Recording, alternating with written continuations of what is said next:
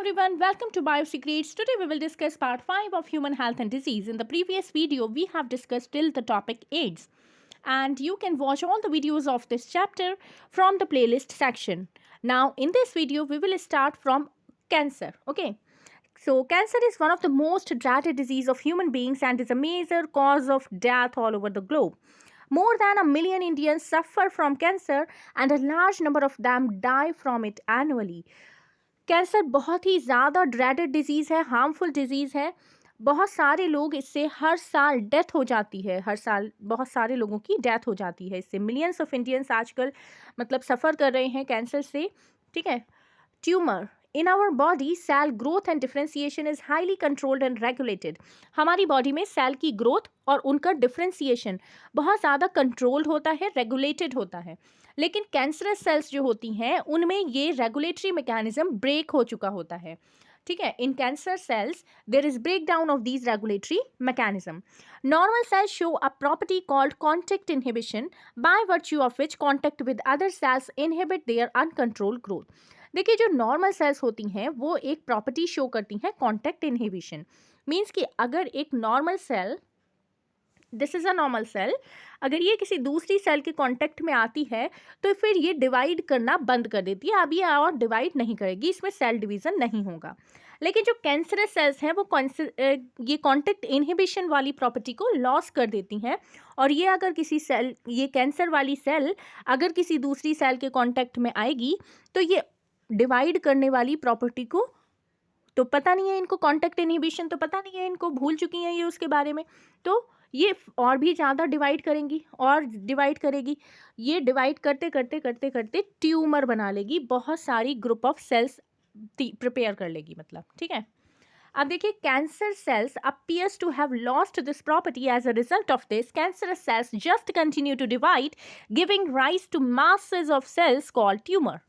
Cancer cell divide करती रहती हैं, लगातार डिवाइड करती रहती हैं, ठीक है। अनकंट्रोल्ड ग्रोथ होती है, इनकी ग्रोथ को कंट्रोल नहीं किया जा सकता, ठीक। और ये कॉन्टैक्ट इनहिबिशन की प्रॉपर्टी को लॉस किए हुए होती हैं। ट्यूमर्स 2 टाइप्स के होते हैं, benign tumour and malignant tumour. So देखिए, benign tumour normally remain confined to their original location and do not spread to other parts of the body and cause little damage. So देखिए, tumours के 2 types हैं, benign tumour and malignant tumour. Benign tumour तो normally अपनी ही original location में रहते हैं, जहाँ पर प्रेजेंट होंगे वहीं रहेंगे, वहाँ से दूसरी जगह स्प्रेड नहीं होते हैं, अदर पार्ट्स में ये बॉडी के स्प्रेड नहीं होते हैं, ठीक। तो ये कम डैमेज करते हैं, लिटिल डैमेज करते हैं, डॉक्टर्स वहाँ से ऑपरेट करके उनको निकाल देते हैं। लेकिन जो मैलिग्नेंट ट्यूमर्स हैं are a mass of proliferating cells called neoplastic और ट्यूमर सेल। मैलिग्नेंट ट्यूमर जो है ये मास है, प्रोलिफरेट मतलब लगातार डिवाइड होने वाली सेल्स का, उनको हम नियोप्लास्टिक सेल्स बोलते हैं या ट्यूमर सेल्स बोलते हैं। These cells grow very rapidly. जो मैलिग्नेंट ट्यूमर की सेल्स हैं वो बहुत ही रैपिडली, मीन्स बहुत ही तेजी के साथ ग्रो करती हैं, invading and damaging the surrounding normal tissue. और ये बहुत तेजी से डिवाइड करते करते करते करते क्या करती हैं, जो बराबर में इसके टिश्यू होता है, सेल्स होती हैं, उसको ये क्या करती हैं, डैमेज कर देती हैं नॉर्मल टिश्यूज को ये। As these cells actively divide and grow, they also starve the normal cells by competing for vital nutrients. देखिए, जैसे एक सेल ये है और एक सेल ये है, ये वाली सेल ट्यूमर वाली सेल्स है और ये सेल आपकी नॉर्मल सेल है, ठीक। तो ये जो ट्यूमर वाली सेल है ये लगातार डिवाइड करती रहेगी, डिवाइड करती रहेगी, डिवाइड करती रहेगी। तो क्या करेगी, ये जो वाइटल न्यूट्रिएंट्स इस सेल को चाहिए ना, नॉर्मल वाली सेल को जो भी इंपॉर्टेंट न्यूट्रिएंट्स, एसेंशियल न्यूट्रिएंट्स चाहिए इसको, वो मिल ही नहीं पाएंगे, ठीक। सारी न्यूट्रिएंट्स ये वाली सेल, जो ट्यूमर वाली सेल है, वो ले लेंगी। तो क्या होगा, ये compete करती है फॉर वाइटल न्यूट्रिएंट्स के लिए नॉर्मल सेल्स से, और उनको स्टार्व वाली सिचुएशन में पहुंचा देती है, मतलब कि उसको कोई न्यूट्रिएंट नहीं मिल पाते नॉर्मल सेल को। Cells flow from such tumours reach distant sites through blood, and wherever they get locked in the body they start a new tumor there. Cells एक जगह से, मैलिग्नेंट ट्यूमर की सेल्स एक जगह से, देखिए यहाँ पर है मैलिग्नेंट ट्यूमर, तो यहाँ से हट के वो दूसरे पार्ट में चली जाएंगी, तो वहाँ पे नया ट्यूमर बनाना स्टार्ट कर देंगी, ठीक। यहाँ से फिर दूसरे पार्ट में जाएंगी, यहाँ से फिर नया ट्यूमर स्टार्ट कर देंगी बनाना। तो इसी तरीके से सेल्स जो हैं वो स्लॉट होती हैं from such tumour, in tumour में से, और अलग अलग जगह पर पहुँचती हैं ब्लड के थ्रू, ठीक है। और जहाँ पे ये जाके रुक गई बॉडी में, वहाँ पर ही न्यू ट्यूमर बनाना स्टार्ट कर देती हैं। ये जो प्रॉपर्टी होती है उसको मेटास्टेसिस बोलते हैं। ये बहुत ज़्यादा फियर्ड प्रॉपर्टी है मैलिग्नेंट ट्यूमर की, ठीक है। बहुत ज़्यादा हार्मफुल प्रॉपर्टी है मतलब मैलिग्नेंट ट्यूमर की। देखिए मैलिग्नेंट ट्यूमर और बेनाइन ट्यूमर में क्या डिफरेंस है। Benign tumour remains confined to the affected organ, ये अफेक्टेड ऑर्गन के वहाँ तक, मतलब जहाँ पे ये अफेक्टेड ऑर्गन में जहाँ प्रेजेंट होते हैं वहीं तक रहते हैं, स्प्रेड नहीं होते हैं बाकी ऑर्गन्स में। लेकिन जो मैलिग्नेंट ट्यूमर है, it also spreads to other organs of the body. Second property is rate of growth is usually slow in benign tumour. Benign tumour में जो रेट ऑफ ग्रोथ होता है सेल्स का वो बहुत स्लो होता है, लेकिन मैलिग्नेंट ट्यूमर में जो रेट ऑफ ग्रोथ है इज यूजुअली रैपिड, बहुत ही तेजी के साथ ग्रो करते हैं ये, ठीक। There is no latent stage, यहाँ पे लेटेंट स्टेज नहीं होती है, यहाँ पर लेटेंट स्टेज प्रेजेंट होती है, ठीक है। It causes limited damage to the body. Latent stage यहाँ पर क्यों नहीं होती है, क्योंकि ये तो कहीं और फैलते ही नहीं है, ठीक है, एक ही जगह पर रहता है।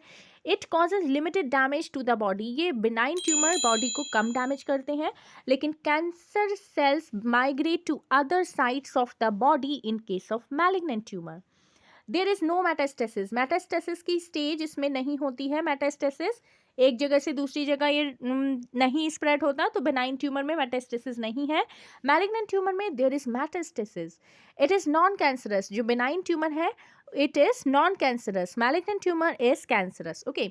अब देखिए कॉजेज ऑफ कैंसर के क्या क्या कारण होते हैं। So transformation of normal cells into cancerous neoplastic cells may be induced by physical, chemical or biological agents. These agents are called carcinogen. देखिए जो नॉर्मल सेल्स हैं वो कैंसरस न्यूप्लास्टिक सेल्स बन जाती हैं, ठीक है।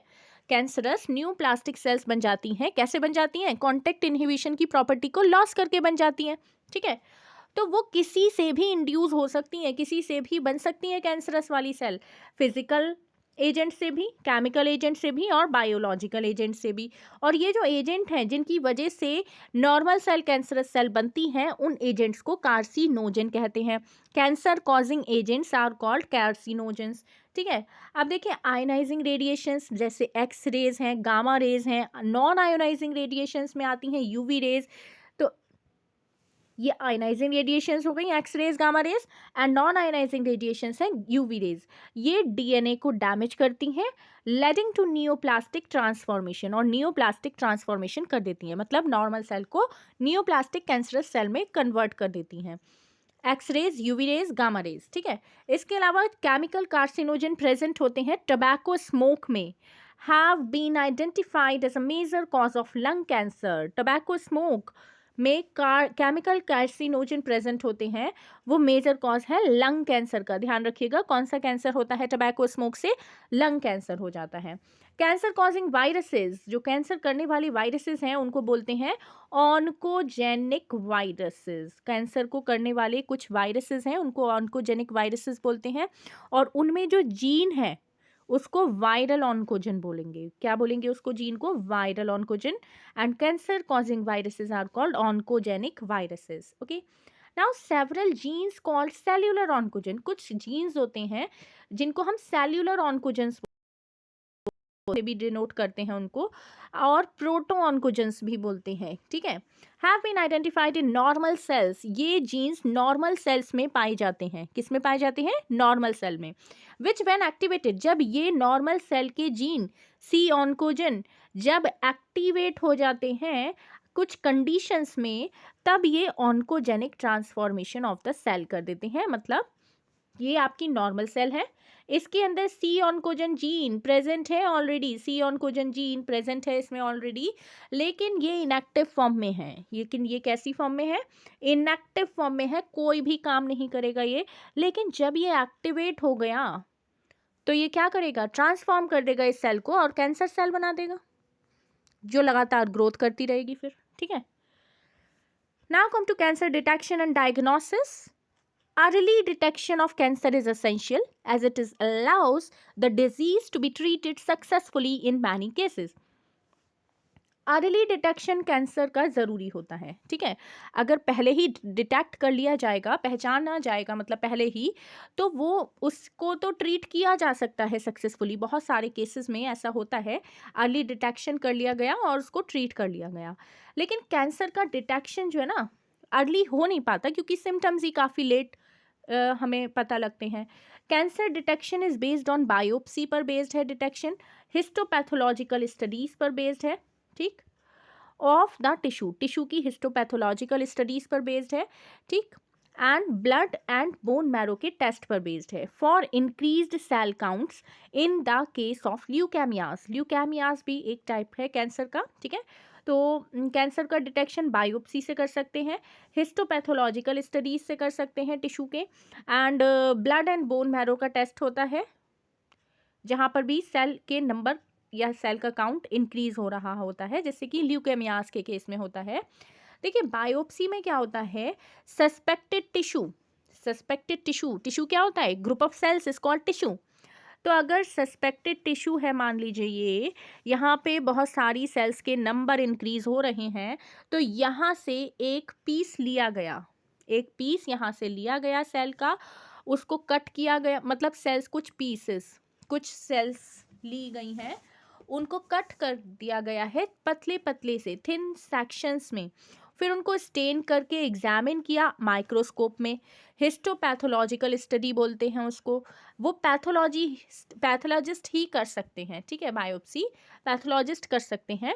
जहाँ पे भी कैंसर का पता लगे वहाँ से एक पीस कट करके, ठीक है, उसको एग्जामिन किया जाता है थिन सेक्शंस में, उसको कट करने के बाद माइक्रोस्कोप में, हिस्टोपैथोलॉजिकल स्टडी बोलते हैं उसको, पैथोलॉजिस्ट के द्वारा किया जाता है।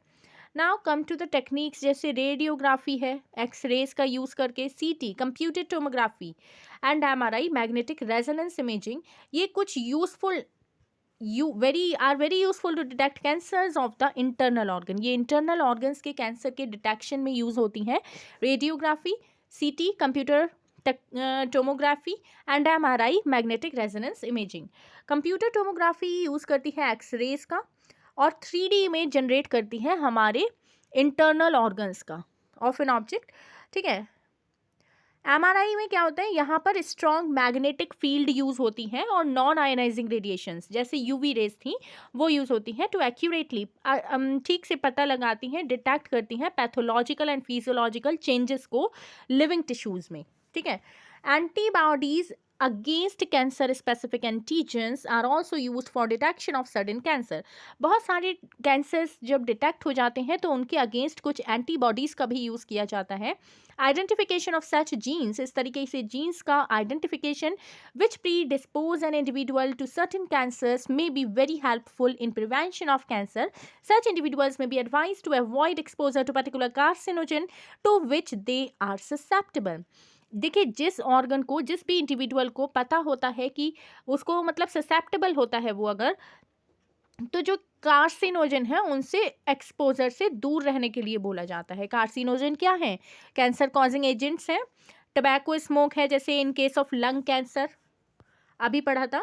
आप देखिए कैंसर को ट्रीट कैसे करा जाता है। The common approach for treatment of cancer are surgery. Benign tumour में तो देखिए क्या किया जाता है, सर्जरी कर दी जाती है, लेकिन कई सारे जो मैलिग्नेंट होते हैं ट्यूमर, वहाँ पे भी अगर पॉसिबल होता है तो सर्जरी कर देते हैं डॉक्टर्स। रेडिएशन थेरेपी करते हैं और इम्यूनोथेरेपी करते हैं, ठीक है। इसके अलावा देखिए जो रेडिएट थेरेपी है उसमें ट्यूमर वाली जो सेल्स हैं उनको इरेडिएट किया जाता है लीथली, taking proper care of the normal tissues की प्रॉपर केयर करी जाती है, ध्यान रखा जाता है उनका। और जो ट्यूमर सेल्स हैं उनको इरेडिएट किया जाता है, रेडिएशन दी जाती है लीथली, पॉइजनस तरीके से, मतलब रेडिएशन दी जाती हैं उनको सराउंडिंग द ट्यूमर मास के चारों तरफ, ठीक है। सेवरल कीमोथेरेपेटिक ड्रग्स, बहुत सारी कीमोथेरेपिक ड्रग्स हैं जो यूज़ होती हैं to kill cancerous cells. Some of these are specific for particular tumour, कुछ जो है वो पर्टिकुलर ट्यूमर के लिए स्पेसिफिक होती हैं। Majority of drugs have side effects, जैसे कुछ मेजॉरिटी में ड्रग्स जो है आपने देखा भी होगा कैंसर पेशेंट्स के, उनके साइड इफ़ेक्ट्स हो जाते हैं, हेयर लॉस हो जाता है, एनीमिया हो जाता है। मोस्ट जो कैंसर्स हैं उनको ट्रीट किया जाता है bye combination of surgery, radiotherapy and chemotherapy से। तीनों चीज़ें साथ साथ होती हैं मतलब। अब देखिए, ट्रीटमेंट ऑफ कैंसर सर्जिकल है, कैंसरस टिश्यू को सर्जिकली रिमूव कर सकते हैं। Second is radiotherapy, tumour cells are irradiated lethally by radiation. Next is chemotherapy, drugs are use, chemotherapy, chemo means chemical, so drugs use होती हैं यहाँ kill करने के लिए कैंसरस सेल्स को, but show side effect like hair loss, anaemia etcetera. ठीक है। Immunotherapy है fourth point, patients are given with alpha interferon which activate their immune system and help in destroying the tumor. Okay, ये immunotherapy है ना। Interferon क्या होते हैं, अभी इसमें आया था यहाँ पर इम्यूनोथेरेपी में कि अल्फा इंटरफेरॉन दी जाती हैं। तो इंटरफेरॉन्स क्या होते हैं, tumour cells have been shown to avoid detection and destruction by immune system. देखिए, जो ट्यूमर सेल्स होती हैं उनको हमारा इम्यून सिस्टम, जिसका फंक्शन है हमें हेल्दी रखना, वो पहचान ही नहीं पाता है। ठीक है, डिटेक्ट ही नहीं कर पाता। ठीक, तो उनको कैसे डिस्ट्रक्ट करेगा, तो वो उनको अवॉइड कर देता है कि ये कुछ नहीं है। देयरफॉर जो पेशेंट्स होते हैं उनको कुछ सब्सटेंसेस दिए जाते हैं जिन्हें हम बोलते हैं बायोलॉजिकल रिस्पॉन्स मॉडिफायर, जैसे कि अल्फा इंटरफेरॉन, वो एक्टिवेट कर देते हैं इम्यून सिस्टम को। ठीक है, एंड हेल्प करते हैं ट्यूमर को डिस्ट्रॉय करने में, कि हमारा इम्यून सिस्टम ही उसको डिस्ट्रॉय करे, कुछ तो डिस्ट्रॉय करे थोड़ा बहुत।